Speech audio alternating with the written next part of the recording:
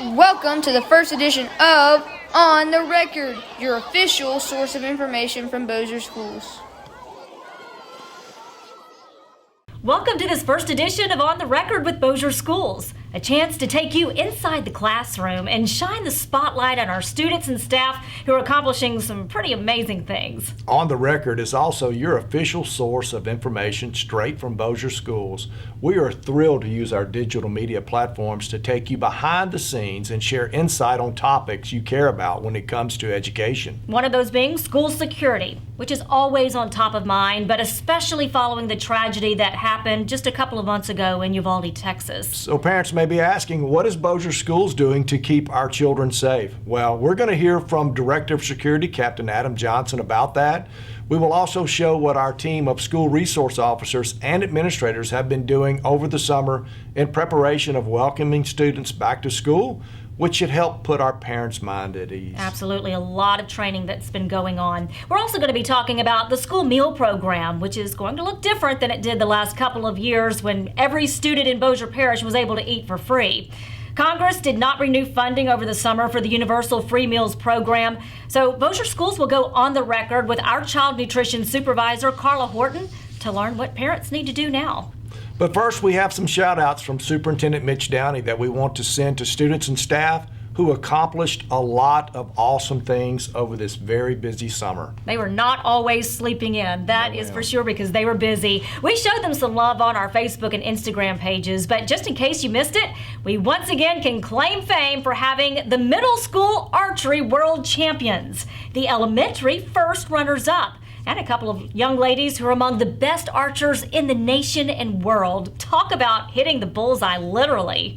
Two other students had the distinct honor of playing at Carnegie Hall in New York City, thanks to the instruction and inspiration from their band director, who, by the way, received her own exciting news that for the second year, she's a quarterfinalist for the Music Educator Award, which is sponsored by the Grammy Museum.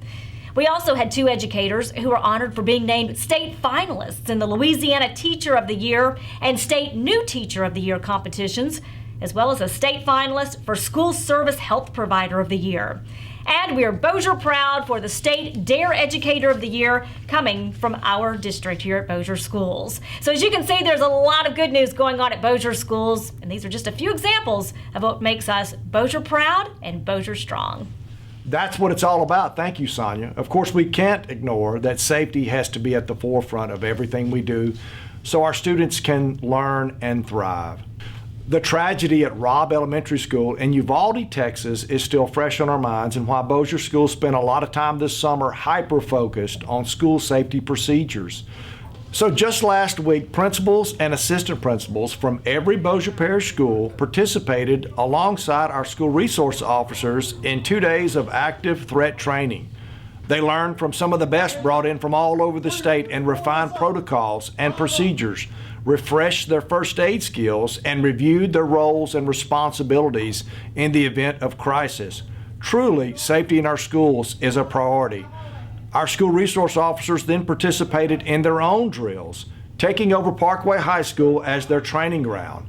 Training is the key when it comes to mitigating a threat, but that's not where it ends for Bossier Schools, as Director of Security, Captain Adam Johnson explains to us. Fortunate in this parish to have a post-certified law enforcement officer in every single school in Bossier Parish, and even multiple officers at our schools, our larger schools, such as our high schools. So I want them to understand that they can rest at ease if they have somebody there on that campus every single day protecting their baby. The tools that we've been able to acquire over the years to include cameras, all of our emergency safety, quick response type technology that allows us to instantaneously notify our headquarters and let them know something is going on, or to place a school on restricted movement, or place a school on lockdown from an incident that takes place out in the neighborhood or outside, not necessarily on a campus, but that would also kind of, ensure their safety on that campus. We noticed that a lot of times we get caught up in directing traffic and doing a lot of traffic control and things such as that nature. But, that's not the MO of that SRO. We want that SRO on campus and able to handle situations that arise on that campus instead of being out in the roadway a long distance away from that particular school. So the sheriff has kind of made an initiative too, to where, in some of our, our very difficult locations where we have traffic issues, we understand we're going to always have traffic issues in a parish this large, but having other deputies that kind of fulfill that role while the SRO can do their role on that campus and keep kids safe. So we're excited about this upcoming school year. We're excited about making sure everybody's babies are in prized possession is safe, so we can have an outstanding learning environment. So we're ready to roll.